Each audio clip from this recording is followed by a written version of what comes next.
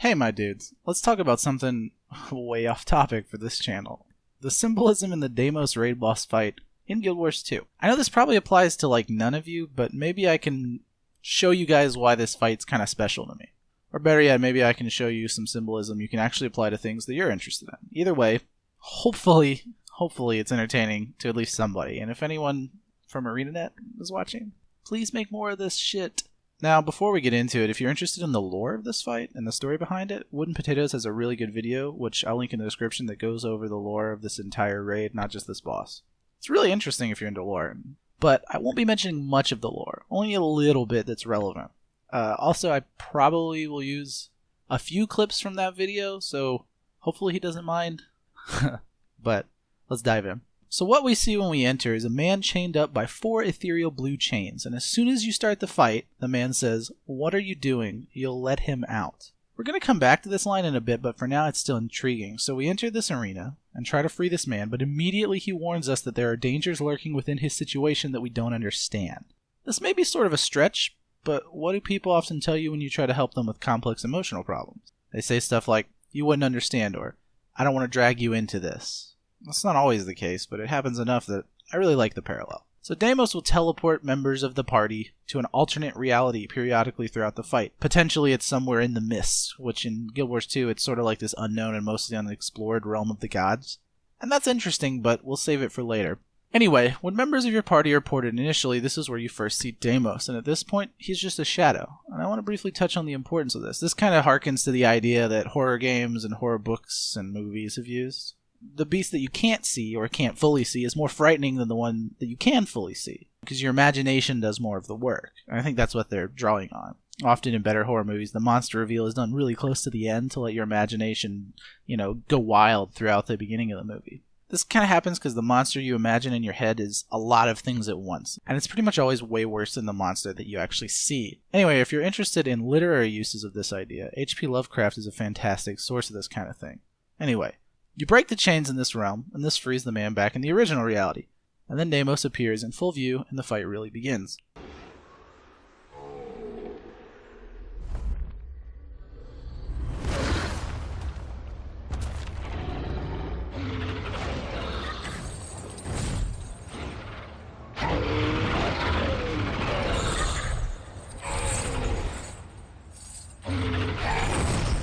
Okay, so let's lay down like a bit of backstory and analysis to Deimos and the man. The man is Saul D'Alessio. He was a fairly major player back in Guild Wars 1, which I never played, but the main important thing here is that he was a thief, a gambler, and a drunk. At least, that's what's thematically important to the fight. He, through some chain of events, is now enslaved in this ethereal prison, and Deimos is his prison guard and torturer, and apparently feeds on his suffering from the safety of the mists, according to the wiki.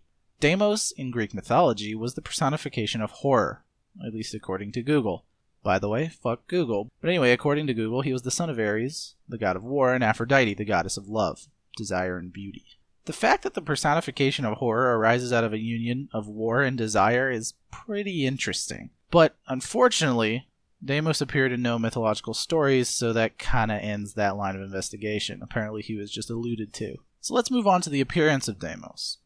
He's a demon and he damn well looks like one, big-ass horns, grizzly mug, but the extremely interesting design choice is these hands around his neck and shoulders. They constantly seem to be grabbing at something, but obviously all that's there to grab is Deimos. This imagery was so interesting when I first saw it that it's what prompted me to study this encounter much further. So let's just think about the hands. Hands are pretty obviously used for grabbing things. You see something, you pick it up easy peasy, but these hands are sort of blindly grabbing. They don't seem to be attached to any pair of eyes guiding them, so think of it like this. What do you do in a room you can't see in? Well, you reach around blindly for something. Most likely you're reaching for a means to restore vision, be that a light switch or a flashlight, but maybe you're using your hands as eyes, just reaching forward trying to find your way in the darkness.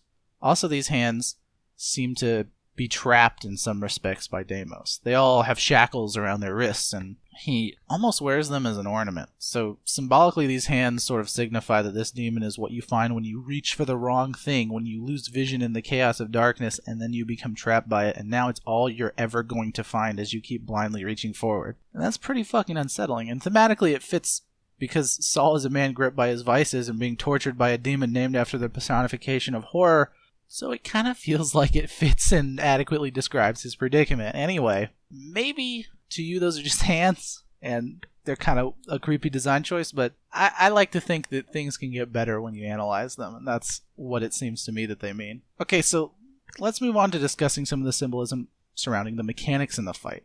Let's start right at the beginning of the fight. Saul is chained up, and he's chained in a very vulnerable position, hunched over. But more importantly, while he's chained, he warns you not to break the chain. And it's pretty clear he doesn't want to have an encounter with Deimos. He's scared you'll let Deimos out, so he doesn't want to face his torturer, but not just his torturer, it's also his prison guard, the thing that's keeping him miserable. So think about it like this. When you have a problem you know you should deal with, you're extremely hesitant to look at it. It's kind of like out of sight, out of mind. Facing your inner demons is pretty fucking hard. And when we go confront Saul's inner demon, it's still a shadow, and it dwells within the unknown realm of the gods. Now there's this concept in the hero's story. It's in like almost every fairy tale. It's the narrative that says the hero has to face the dragon and rescue the princess. Jordan Peterson talks a lot about this. It's a really in-depth analysis in his lecture series, Maps of Meaning. So if you want a full explanation of the significance of this idea, it's really worthwhile. It's long, but it's worth your time. Anyway, it's this idea that the hero has to face the dragon, and the dragon represents chaos or the unknown. And facing the unknown dragon of chaos is no fucking easy thing. It's no wonder Saul is scared shitless of you letting Deimos out. It means he'll have no choice but to face it. So you as the heroes go into the realm of the unknown, or the realm of chaos, or the mists, and drive the demon into your world, and attempt to slay it. Also, after you break the chain, Saul joins you in the fight. This is sort of the idea that not facing your problems creates more problems. Like before you arrived, Saul was just a helpless and worthless prisoner rotting away and being tormented by his demons. But at least now he's fighting. I mean, now that he's facing his demons, he's become more free. I mean, sure, he's trapped in a fight to the death with his demonic torture, but at least he can stand up now. It's a lot better than slowly dying helplessly chained up. So in short, breaking the chains is sort of like this idea that the first step to defeating your demons, or the dragon of chaos, if you prefer the narrative version of it, is facing the goddamn dragon in the first place. So during the analysis of the chains, we sort of briefly covered the idea that going into the mists is akin to the mythological story of going into the underworld or diving into the chaos or the unknown. I could talk a long time about that, but hopefully the parallel is already drawn. And again, Jordan Peterson is a really, really good source for a lot of explanation regarding this. I'm drawing a lot from his lectures here, so really, go check those out. So the vices that walk to Saul at the beginning are pretty interesting too. When one reaches Saul, it deals damage to Saul. If he runs out of HP, you fail to fight. And the vices are Saul's vices. Well, it's drawing the pretty clear idea that your vices are self-harming, right? They'll take you out if you aren't careful. It seems like they're saying if you're going to face the demon of chaos, you better be prepared to face your own flaws as well. And this notion of, in order to defeat the thing which is causing you suffering, you'll have to defeat parts of yourself, well, that's really cool. Now, eventually you have to go back into the mist throughout the fight and draw Saul's shadows into your world to defeat them. The shadow in psychoanalysis is sort of like the individual's capacity for evil. Saul's shadows first reside in the mists, or the chaos, and they have to be dragged out of the chaos and defeated. This goes back to the philosophical theories of Carl Jung. He said, quote, "The shadow is a moral problem that challenges the whole ego personality, for no one can become conscious of the shadow without considerable moral effort. To become conscious of it involves recognizing the dark aspects of the personality as present and real. This act is the essential condition for any kind of self-knowledge, and it therefore, as a rule, meets with considerable resistance. Indeed, self-knowledge as a psychotherapeutic measure frequently requires much painstaking work extending over a long period." End quote. So he's expressing this idea that if you want to better yourself, you need to address your capacity for evil and the dark parts of your personality. And in the Deimos fight, Saul has to face his shadow and all the wicked things he's done in order to defeat Deimos. He even has some voice lines throughout the Deimos fight about this. They occur as you're defeating his shadows. Feel the burn! Blast free!